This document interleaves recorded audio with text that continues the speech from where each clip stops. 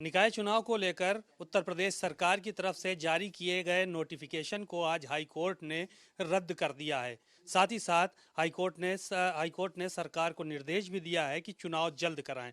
बात करते हैं स्वामी प्रसाद मौर्य जी से, समाजवादी पार्टी के नेता हैं। सर, आज हाई कोर्ट का बड़ा फैसला आया है निकाय चुनाव को लेकर और कहा है कि ओबीसी आरक्षण को लेकर पहले कमेटी बनाई जाए, उसके बाद फिर ये चुनाव कराए जाए। देखिए, उत्तर प्रदेश की भारतीय जनता पार्टी सरकार जानबूझ करके संवैधानिक मानकों की अनदेखी कर मनमाने तरीके से नगर निकाय चुनाव की अधिसूचना जारी की थी, जिसके फलस्वरूप आज पिछड़े वर्ग की तमाम उन जातियों को जो निकाय चुनाव में आरक्षण से लाभान्वित होते, उनको आरक्षण से हाथ धोना पड़ा। और इस षड्यंत्र से भाजपा का आरक्षण विरोधी असली चेहरा जनता में उजागर हुआ है। पिछड़े वर्गों से हमारी अपील है कि भाजपा बारी बारी से जिस तरीके से आरक्षण को खत्म कर रही है, आरक्षण को अजगर की तरह निगल रही है, उससे सावधान रहें। और जब भी निकाय चुनाव हो, भारतीय जनता पार्टी को उनके किए गए पापों का करारा जवाब भाजपा को शिकस्त देकर के बदला अवश्य लें। लेकिन वो लोग तो कह रहे हैं कि हम लोगों ने आरक्षण विरोधी कोई काम ही नहीं किया है, सबका साथ, सबका विकास, सबका विश्वास पे हमेशा काम हुआ है और यही वजह रही है कि शायद पिछले नगर निकाय के चुनाव में बड़ी जीत हासिल किया था हम लोगों ने। देखिए, इस समय भारतीय जनता पार्टी एक नहीं अनेक ऐसे मौके आए जब इसने आरक्षण को पूरी तरीके से नकारने की कोशिश की। 69,000 शिक्षकों की भर्ती में हो या उत्तर प्रदेश के सभी मेडिकल विश्वविद्यालय, मेडिकल कॉलेजों में professor, reader, associate professor, assistant professor की भर्ती का मामला हो, या बारी बारी से अन्य विज्ञापित होने वाली नौकरियां हो, जिस तरीके से इन्होंने आरक्षण व्यवस्था को नकारने की कोशिश की है, उससे इनका असली चेहरा जनता के बीच में आ गया। और इस नगर निकाय चुनाव में भी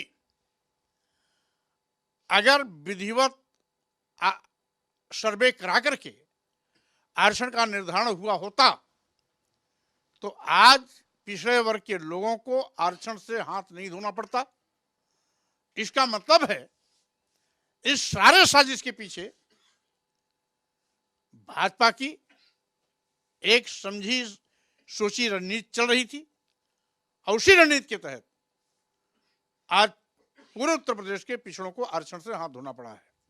सरकार के मंत्री कह रहे हैं विपक्ष डीरेल हो चुका है, उसके पास बयानबाजी करने के लिए कुछ नहीं बचा, शायद इसलिए आरोप लगा रहे हैं आप लोग।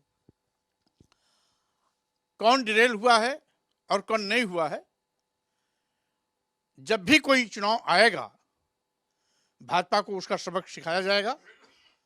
अभी अभी उत्तर प्रदेश के उपचुनाव में जिस तरीके से भाजपा को मुंह की खानी पड़ी है, नगर निकाय चुनाव में भी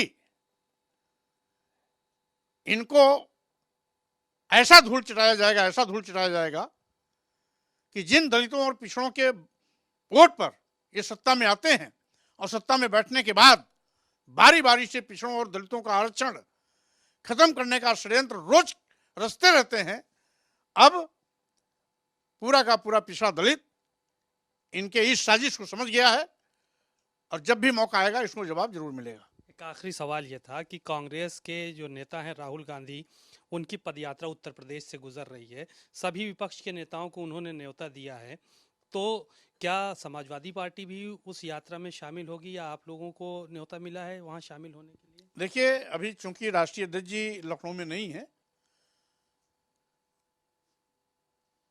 क्या कदम होगा पार्टी का राष्ट्रीय नेतृत्व तय करेगा। लेकिन राहुल गांधी जी जिस तरीके से भारत जोड़ो अभियान के तहत आज पूरे देश में पदयात्रा कर रहे हैं, उनका ये कदम सराहनीय है, स्वागत योग्य है और मैं भी उनके इस कदम की सराहना करता हूं।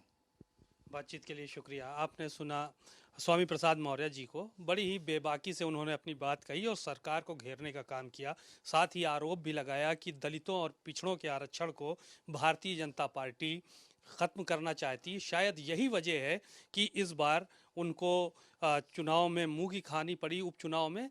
और जाहिर है कि आने वाले समय में जब चुनाव होंगे तो समाजवादी पार्टी का परचम हर जगह लहराएगा। कैमरामैन आशीष के साथ सीमा नकवी, भारत समाचार, लखनऊ।